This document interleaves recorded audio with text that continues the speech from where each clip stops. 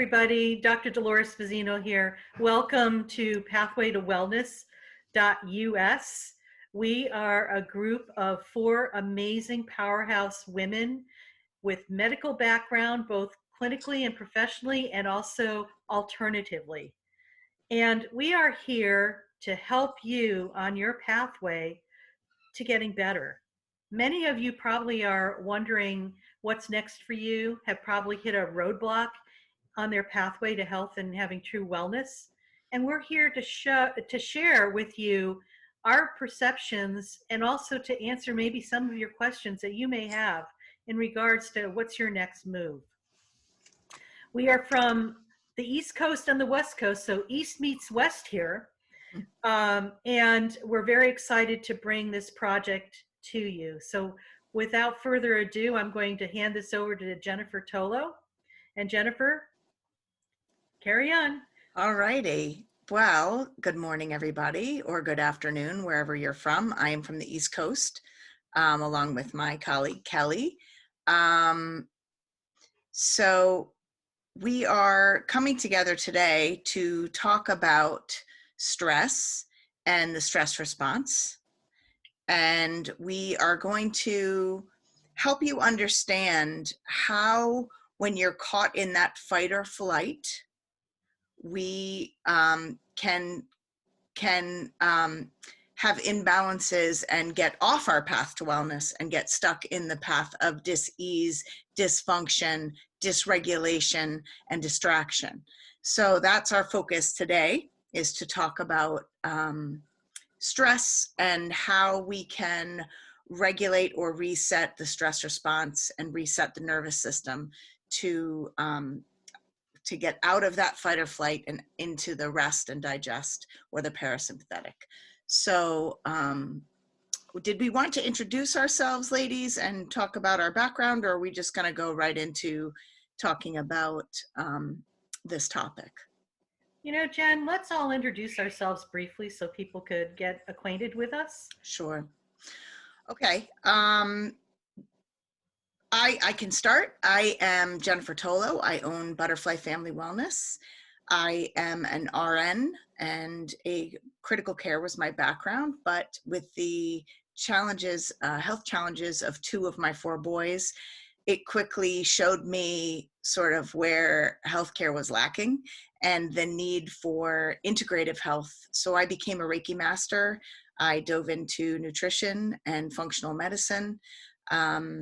I am an intuitive. I was awakened or reawakened to my connection to the angels and guides, and I'm a medical intuitive, so I can tune into the body and am guided by source, by the guides. And I am a whole health educator and patient advocate. So my passion is self-care, stress management, and helping moms who are challenged reconnect to themselves and learn how to calm the chaos inside themselves so they can be more present in their life for not just themselves, but for their children as well.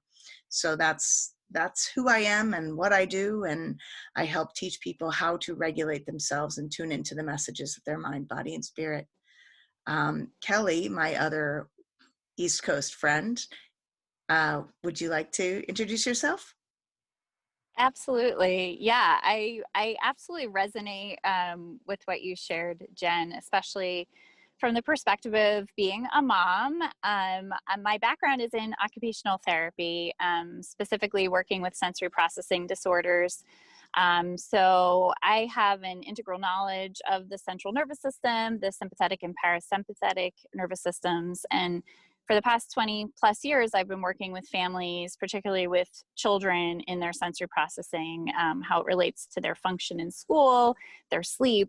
But I found over the past few years that so many moms are so dysregulated.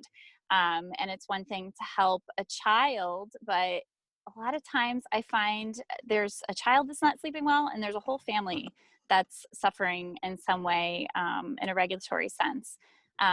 So I started doing some coaching, particularly with working moms, which I can relate to. As you can see, I'm in my car right now.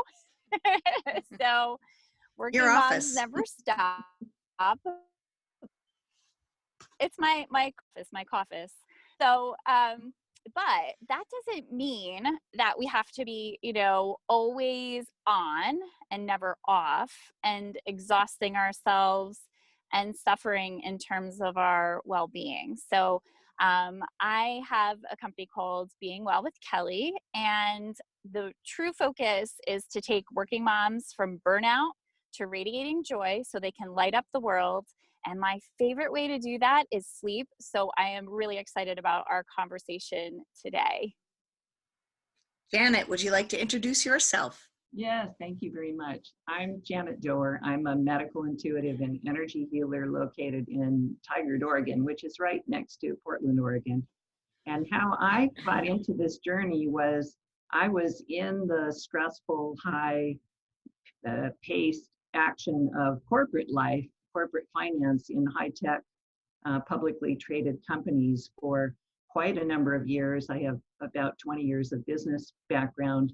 Well, I won't tell you how old I am. It was more than 20 years of years in high tech corporations. And my journey started when my body got my attention with if you like, a stress response. My hips started to deteriorate with osteoarthritis. And I had one hip replaced at the very young age of 54 years of age. And the second was up next. And when I tuned into that and I said, there must be something better choice than this, because that just didn't seem like the best choice in my mid 50s. Then my soul responded, woke me up, and started getting my attention by asking me to meditate and go within and listen for the messages. So I ultimately have now healed my right hip without surgery from what was a very debilitating situation before, because I went and did the inner work. And what was that stress about? In my case, the stress was the stuck emotion and beliefs that I had down in my hips and all through my body, lots of inflammation. I had been, like many people, eating the sad American diet, standard American diet, with wheat and dairy and animal products. And so I've transformed my health by completely overhauling my diet. And in the process of all that, I also started hearing the angels, started working with angels and masters for my own healing and now for others as well. So that stress response that I'm in a state of fight, flight, panic mode is really a message that something is amiss. We're not in balance. There's something going on inside that we've been ignoring, not paying attention to. And if we get quiet and breathe and go within, then all will be revealed, and we can untangle that response and replace it with our natural state, which is peace and harmony. So over to you, Dolores. Thank you, everybody. Hi, I'm Dr. Dolores Fazzino. I'm actually a nurse practitioner, medical intuitive, author, and speaker. And I help people heal in ways they never thought possible. And what I mean by that is that we are more than just our physical bodies. We're holistic. There's our emotional body, our mental and spiritual, as well as our physical. And I bridge Western medicine with non-traditional modalities of healing. And how I got started on my path was, believe it or not, I was on the path to become a concert clarinetist when I was a youngster. And my dad had been sick while I was a child for close to 10 years. And the only thing that healed him was something alternative, like a faith healer coming in and working with my father. So in that moment when I witnessed the miracle of my dad's healing, I realized that there was more for me to be doing, and that my life is going to be dedicated to helping people heal themselves with non-traditional as well as Western medicine type of modalities. So I've been in healthcare for well over 40 years. My background is in surgery, believe it or not. I actually love surgery. I took to it like a duck to water, like I've done it before. And I am able to look at the energetic components of what's actually happening for a person And I call it a knotted mess sometimes, because sometimes our emotions that are never expressed, or they've been stuffed, or whatever we do with them to avoid feeling, are part of the situation that creates a resonance in our physical body, as well as what you say to yourself behind the scenes, that self-talk, and also our connection to our inner knowingness. I call it our divine guidance, our intuition, because we have been taught for a very long time not to trust that little voice within inside of ourselves, but that's where all the magic is. And that's our ability to be able to tap into our inner physician to assist us on our paths to lasting health and true wellness.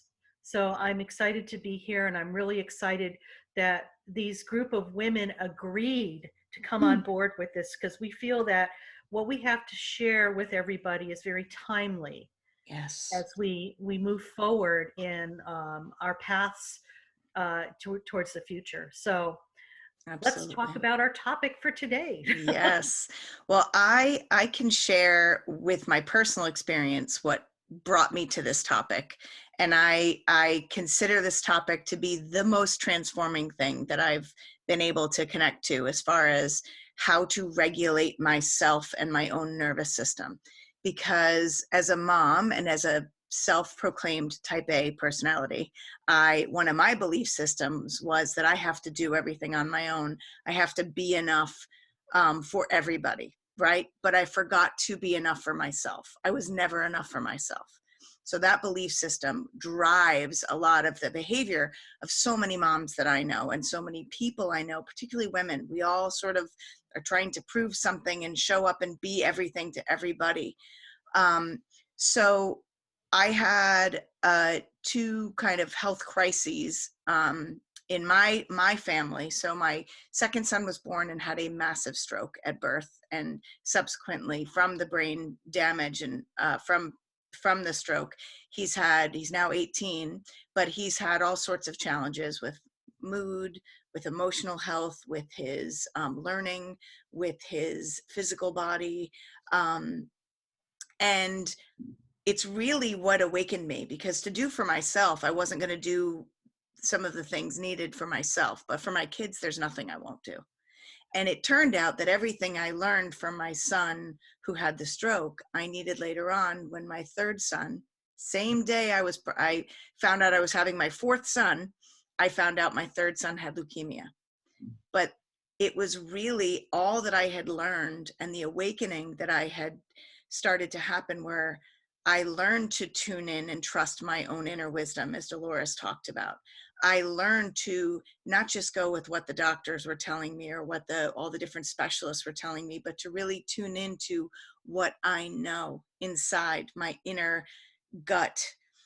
I also learned how to, as Dolores talked about, balance and bridge that gap between modern medical health and complementary alternative medicine. So I did Reiki, I learned about the importance of nutrition, and I learned about the whole health, how it's not just the physical body, it's the spiritual body, it's the emotional health, it's the environment that we are in.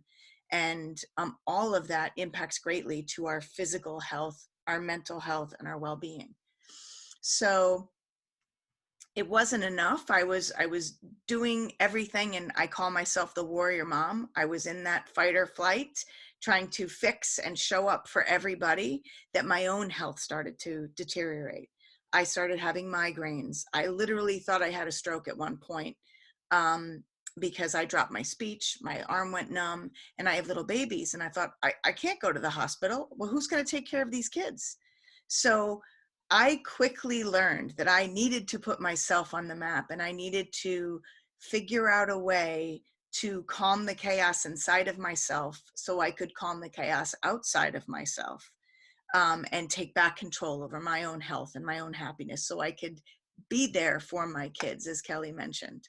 Um, so I dove into mindfulness. I became a mindfulness practitioner. I really learned um, to take all the things that I was experiencing and learn how to figure out for myself what was going to work for my life and my lifestyle and my own motivation and my own passions, how to literally press the pause button and learn that I didn't have to be in fight or flight, that there weren't battles all around me that I needed to show up for, that I could actually be the peaceful warrior that could calm myself and learn to reset my nervous system so I could then integrate my mind with my heart, which is that intention. So I say my warrior mind, which is that knowing, the logic, the intent, the action, the thought, the knowledge, with my heart, which is my love and my intention, and what was it that I wanted to see happen in my life, and integrate that with my gut, which is, what do I know? What is my soul and spirit telling me? What are the messages of my mind, my body, and my spirit telling me? And when you can push the pause, or I say pause with purpose, and learn to get still, which so many of us have trouble with, that stillness part. It's scary sometimes to be still. The doing is the distraction, right? But when we get still, that is where our power lies, because that is where we can connect to what's going on. What are our emotions telling us? What are we feeling, right? What's our body telling us? What do we need in what's our tension? What's our, the contracted, the constricted, the guts, the pits, whatever it is, what is the message in that? And then what can we do in this moment? Because that's where we have control, only in this moment. What can we do in this moment to calm our nervous system down? And for me, the first thing I do is take some deep breaths and let that breath anchor me. Let that breath anchor my attention and stop the spinning in my head. Let that breath calm myself so I can connect to my body. And then I can connect to what's the next step for me. That's my number one tip that I tell people is stop, pause, take some deep breaths, and tune in. So I invite my colleagues, whoever wants to join me, but to add to that. But I would say pressing the pause button would be my number one tip. And then the breath. Number two, I guess.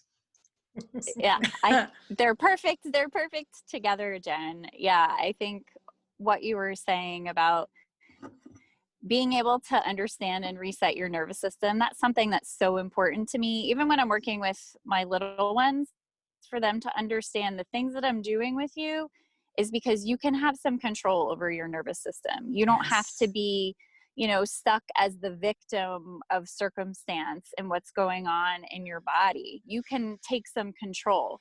Some of that I think is identification. So being able to recognize, here's where I'm at. I'm feeling X. What does that mean?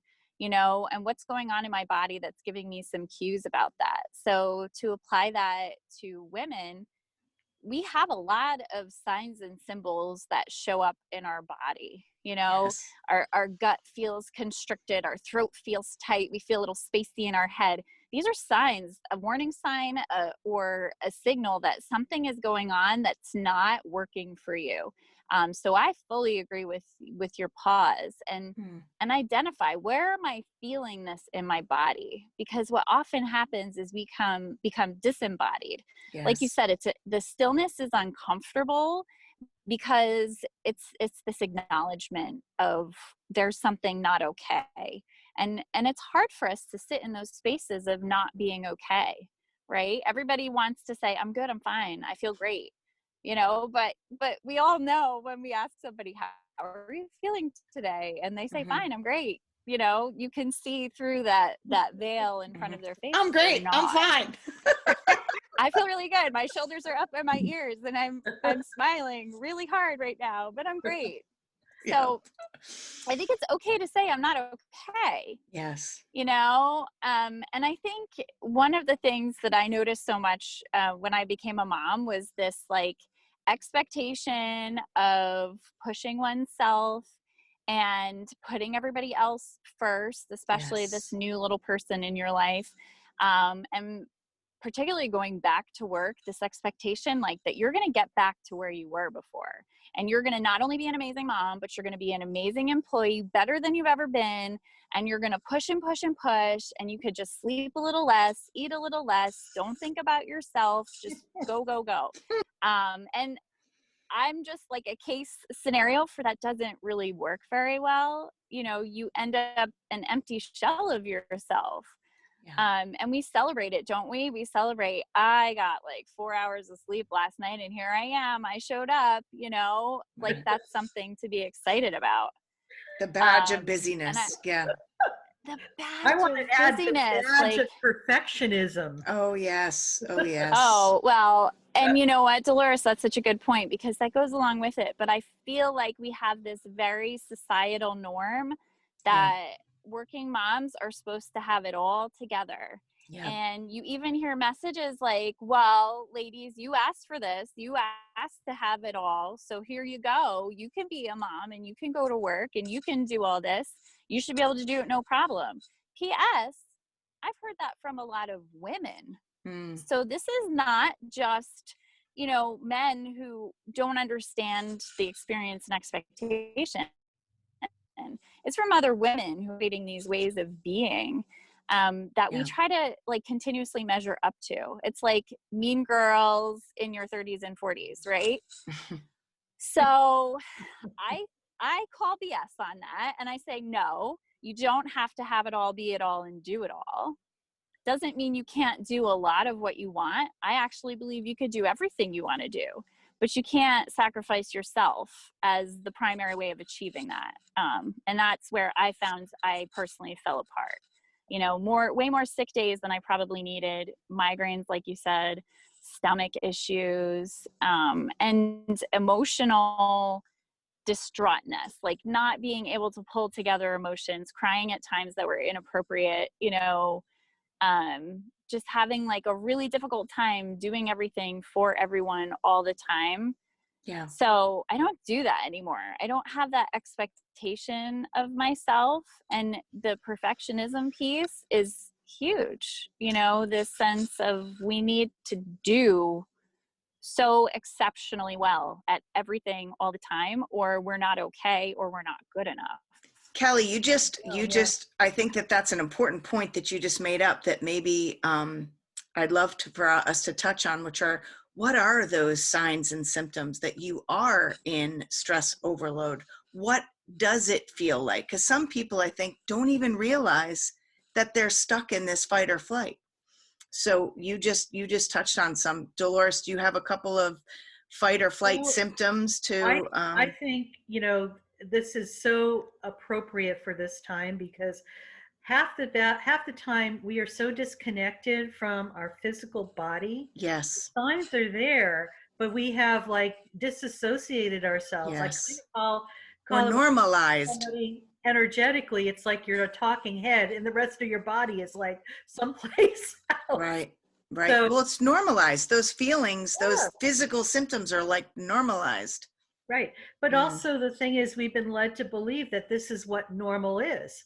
And Yes. and you know, sometimes people don't realize that they're under so much stress until they either get diagnosed with something and then it's a huge wake up call. So let's just avoid that from happening because you don't want to be, you know, in the OR having a surgery to cut out something that you could have prevented from having, you know, but the point is that, you know, a lot of times if your sleep's disrupted, if you're always in like a worry state, worrying about everything. Right. You know, and I call that fear mode too. Janet, what do you want to add to that? Yeah. You just laid out a beautiful segue. If we're worrying, we're not in the present moment. Right. We are projecting a storyline of what might happen next instead of being right here, being present.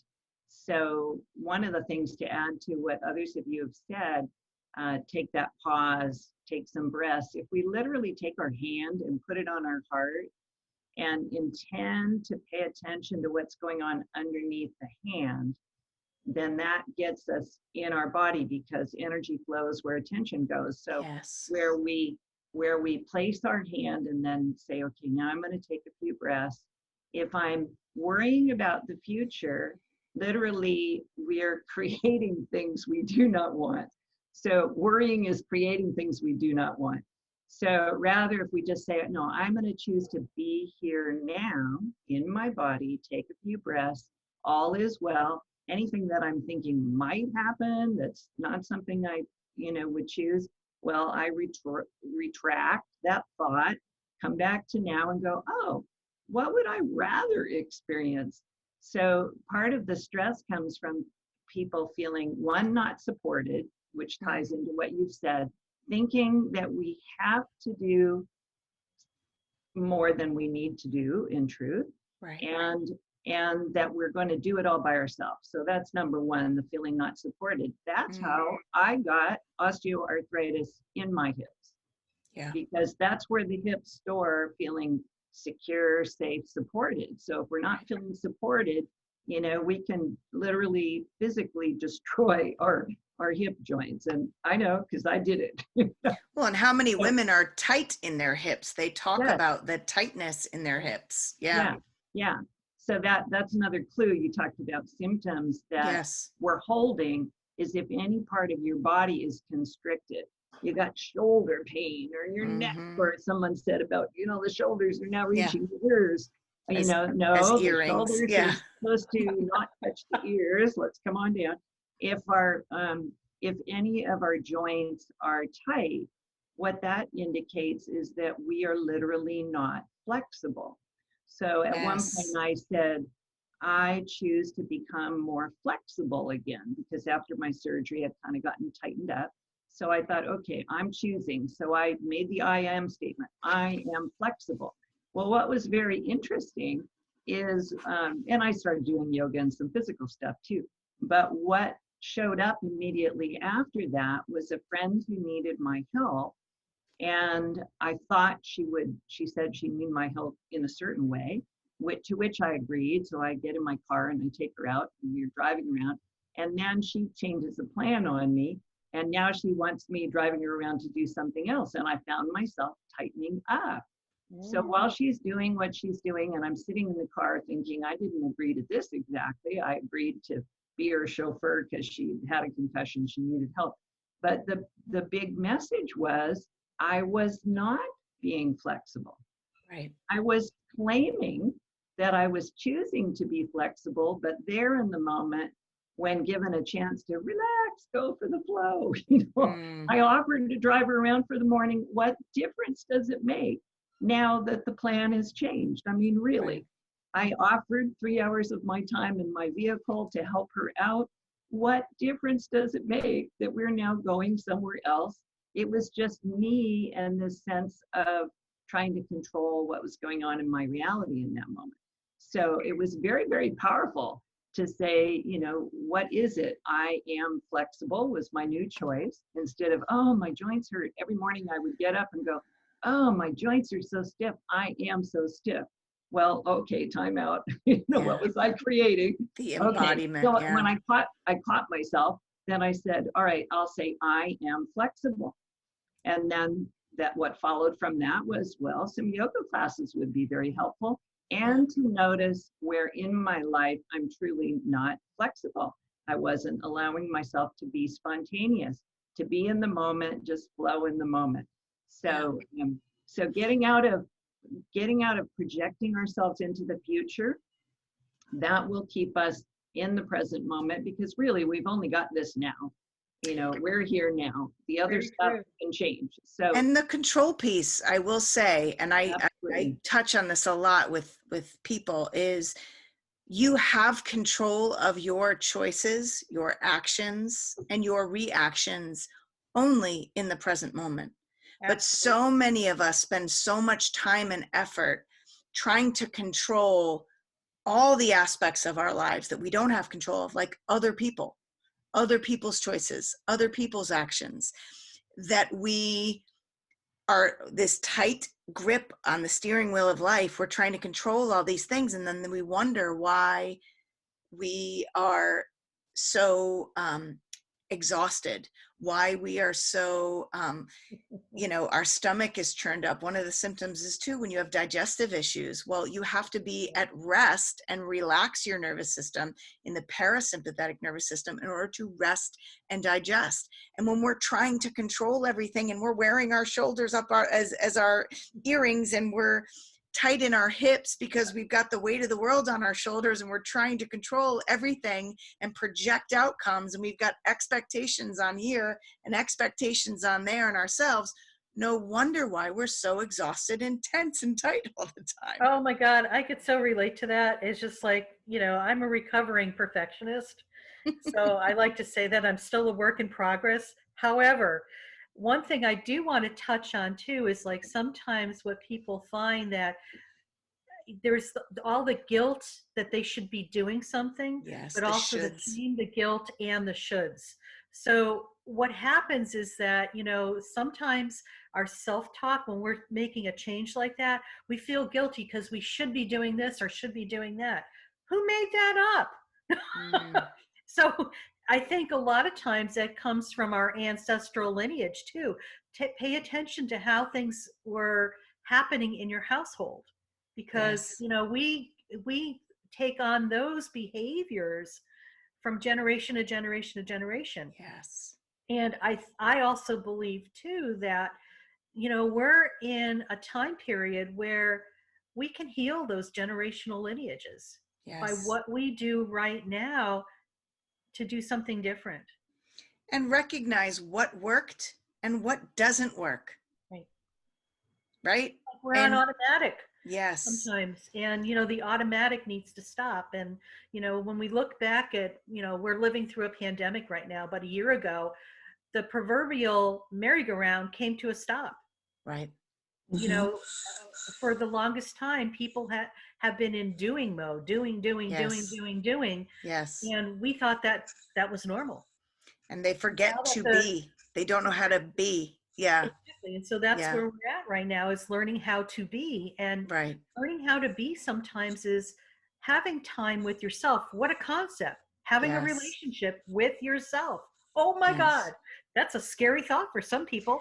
Well, some people are afraid, and to Janet's point, some people are afraid to, and this is what I'm seeing even in the pandemic, where people, when you take the distraction away and you have Mhm. people sitting with themselves or sitting with their families, they have to start feeling those emotions start to pop up, and they don't know what to do with these emotions. And then they can, as I say, attach to those thoughts and get spun up on the worry train, or hop on the worry train when they didn't realize.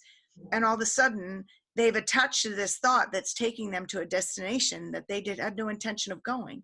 But then they get Yeah. there and they go, "What just happened?" Right? Exactly. That's a great Yeah. analogy. Yeah, the worry And train. Yeah, Kelly. exactly. Yes. And what we see so much more of are those behaviors of numbing. Yes, So whether it's more drinking, or it's the binge bunch, yes, right? The binge yes. eating, the binge drinking, the binge Netflix, the Hmm. binge scrolling on social media, and the distractions to kind of keep that pace of busyness that feels normal to us.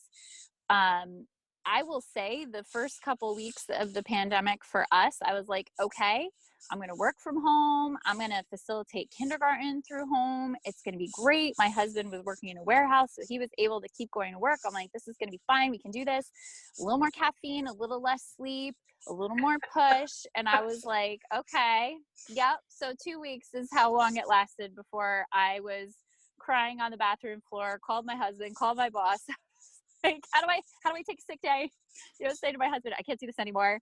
That I was like, whoa, we need to like really reassess. And believe me, before everything happened, my husband and I had a great relationship. We're like very strong family values, meal times together, taking care of ourselves. We both sat down and we had a conversation. We said, we need to focus on taking care of ourselves like it's our job. We need to Yes, sleep. We need to eat well. We need to rest. We need to unplug. And we need to model that for our son. And I had to like make some very hard decisions. Like, for example, I'm not doing a 4-page packet of kindergarten activities because at that time we didn't have virtual school. We just had a packet. Said, no, we'll pick 2 activities. I will do one. My husband will do the other. I will do my job to the best of my ability. I will shut down at 4 o'clock and I will spend time with my family, and whatever isn't done, isn't done. And it was those boundaries and those formative self-care skills that Yes. got us to a very healthy place. And let's remember that in March, we didn't know how long we were going to be doing this. You know, so for some of us, like, all right, a party, I'm home. Let's just have some fun. Right. And so the choices that we made in that time in the beginning have had a tremendous impact on our well-being as a whole now. So we invested in our self-care in my house. That was our decision. Sleep, eating well, rest, you know, being loving, praying together, Right. you know, spending time that's quality time together. And so the months and months that followed were sustainable. This is a sustainable model for us. Yep. And And those are all keys to stress management, I would say. And Absolutely. so the pause, the breathing, the self-care, the boundaries, and then as Janet said, putting your hand and bringing your attention to your body. So embodying yourself and tuning into yourself in the present moment. These are all great tips on how to start to reset the nervous system and reconnect to yourself. Janet, did you have any? Yeah. Yeah, I'll add another one related to our emotions. Yes. And just be gentle with ourselves. Mm. If some emotion or sadness comes up, just feel it, release it, go take a walk in the fresh air, get some oxygen, and not get into a discussion with ourselves about, whoa, where did that come from? Well, where it comes from is from within, and it wanted to get out. And so far better that sadness is now out of my body than in it, trapped and suppressed. So for each of us to be more gentle and accepting of ourselves, we're spirit beings in a human body, having a human experience. And what goes along with that is we feel. Emotions are energy and motion. So, you know, if it's sadness, if it's grief, maybe, you know, someone passed in your life or animal companions and we didn't take the time to allow ourselves to feel that through completely, it's stuck in there. And the more time we try to pretend it's not there and drive around here and drive around there, and you know why a lot of people found themselves feeling more emotion as soon as the required quiet time of COVID shutdown occurred, was because that busyness, as we talked about, allowed us to ignore and suppress what was really within. And so then once we're not driving here and driving there and flying here and, you know, doing all of this, and we're home and with ourselves, then what comes up literally is what we have not been willing to feel.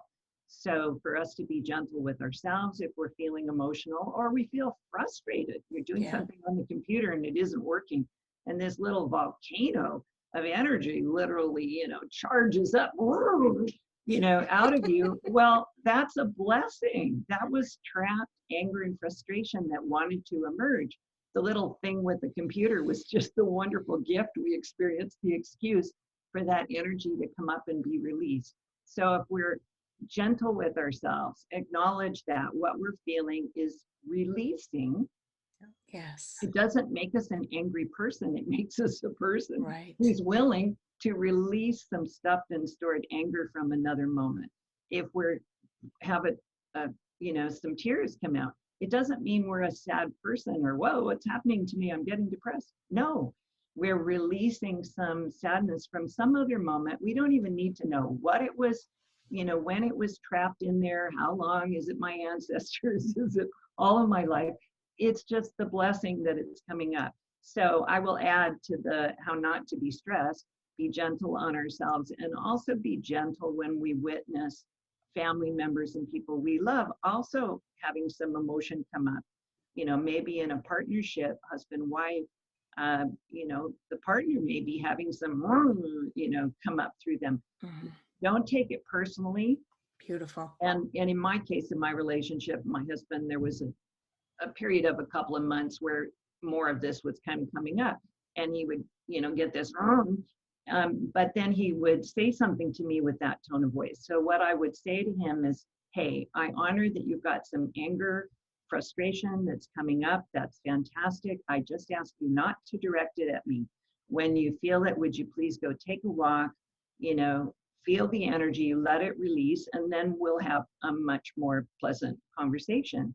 And so that, in my saying that, I set my boundary. Mm-hmm. I acknowledged what was going on. I was compassionate that he was feeling. And I suggested an alternative that would work better for me, for him to process energy that he was experiencing and be conscious of it, be present to it, and, not bring it into conversation. That's a great tool and a great thing to also bring it to kids, because there's a lot of kids that are having these emotions and this energy, and it comes out angry. And guess what? As moms, we're the safe person. We are the unconditional love that we unfortunately become the punching bags. And it's important that we set the boundaries, but to Janet's point, make sure that we give them outlets, exercise, movement, let them yell, give them some appropriate ways to express these energy and emotion. And to Janet's point, release the energy. Because when we store all this energy, like Janet said, it's a volcano, and it comes up, and there's a lot of frustrations all around us that we're all feeding energy of each other. So we need to acknowledge that, to Janet's point, and allow each other with boundaries to express. And Dolores, Jennifer, I'm going to add something to that. Yes. Because I think that many people, they get triggered by things that are happening in their environment, and their immediate solution is to react to it. Yes. And the thing is realize this really isn't about you. Even though you feel that it's being projected onto you, this really is not your stuff. So another tool that I think is helpful is that when you're being triggered by something, just take a deep breath and just ask the universe, if this is not my stuff, remove it from my energy field now. And a lot of times it'll shift very quickly, because energetically you're picking up things that are being projected onto you from the collective consciousness. And what I mean by collective consciousness, it's like every thought and emotion and belief that's energetically floating around, you're picking up on it. And a lot of times it's an invisible boundary. And this is very true for people who are ultra sensitive. They're either empaths, intuitives, and or highly sensitive people. They feel things at a very deep level. And sometimes the energetic boundary of knowing where you end and something else begins becomes really dovetailed and modeled and not very clear. And this will help immensely, because I would say 95% of the time, what you're feeling may not be yours. So it's something very simple to do, but very effective. I love that, Dolores. And I think it's great for kids too. Yes. I'm thinking about, my own son, and I'm thinking about the kids that I work with, and, particularly kids who have been home this whole time, and they're doing school and they're doing therapies, and everything is virtual for them. And it's okay to feel sad and feel disconnected. That's normal. I'm working with a lot of my kids to, recognize where they are, right? How are you feeling today? One of the programs that I use is called the zones of regulation. And it's identifying what zone are you in. So are you in the blue zone? Are you feeling sad? Are you feeling tired? Are you in the green zone, which means you're happy, you're calm, you're focused, you're ready to work? Are you in the yellow zone? You're silly, you're wiggly. Or are you in the red zone where you're angry, you're terrified, right? So identifying what zone you're in, it's not a matter of it's a bad zone, it's a good zone. It's a matter of here's where you are. Does this match what you need to be right now? So for my kids, maybe I want them to be in the green zone for us to get to work, but that doesn't mean that they're penalized for not being there right now. that means, okay, so what tools are we going to use? I love breath as a great tool. I love posture as a great tool. Sometimes we just need to shift our location. Movement, you know, whether it's fast movement or just like some jumping jacks, or is it like remove yourself from where you are, sit in a different position and breathe to get out of that. But I'm finding more and more with the zones of regulation, you know, meant for kids. I'm like, this is such a nice simplistic way for people everybody. to identify. Like so many times we're not connected with how we're feeling. So absolutely. I was really feeling that. Yeah. Kelly, I love that because, you know, I know my generation, we were told it's not okay to feel at all. Yeah. So the thing is that, you know, feelings, you know, anything that wasn't anything but happy was not acceptable. Right. So the thing is, it's like, oh, thank you. It's like giving people permission to feel whatever's going on and being okay and not being punished if it wasn't positive. Well, and think of like the extremes too. When you have these extreme emotions, you're told you can't do this. And sometimes what that creates is the opposite emotion, right? So it's like letting people find. So I just for time's sake, I wanted to kind of think of wrapping up. And I've been taking note. And so far we've got 9 phenomenal tips, I think, to reset the nervous system. Number 1 is to pause. Number 2 is to take deep breaths. Number 3 is to tune into your body and your mind and the messages. Number 4 is to acknowledge what's going on in your world, what's going on around you, right? Number 5, have some boundaries to recognize, you know, that maybe you need some boundaries, that your expectations are not realistic. Number 6, self-care. Number 7, self-compassion. Number 8, what do you need in this moment? What is it that you need in this moment? And number 9, notice what is yours and what is not yours, and ask for help releasing what is not yours, letting go. Do we have a number 10? Can we agree on a number 10? Is there something we have not hit on, or do we nail them all? Janet wants to say something. Yes, Janet. Well, I'm an energy worker, and one of the forms of energy is light and colors of light. And yes. Kelly brought it up beautifully with the red zone and the green zone, the yellow zone, and she's really talking about colors of light that match states of being and how we're feeling. I'd like to bring in a super powerful tool, and you can teach children this, and you can use it yourself. So let's say we're feeling sad, or we're feeling angry, and we notice it. We're compassionate with ourselves, and we say, okay, I'm just going to feel it and breathe. But you can actually imagine, and so my hand's going to move in a circle. And imagine, I ask everybody to imagine that they're standing in the middle of a violet flame bonfire. So picture violet colored purple light all around you, all through your body.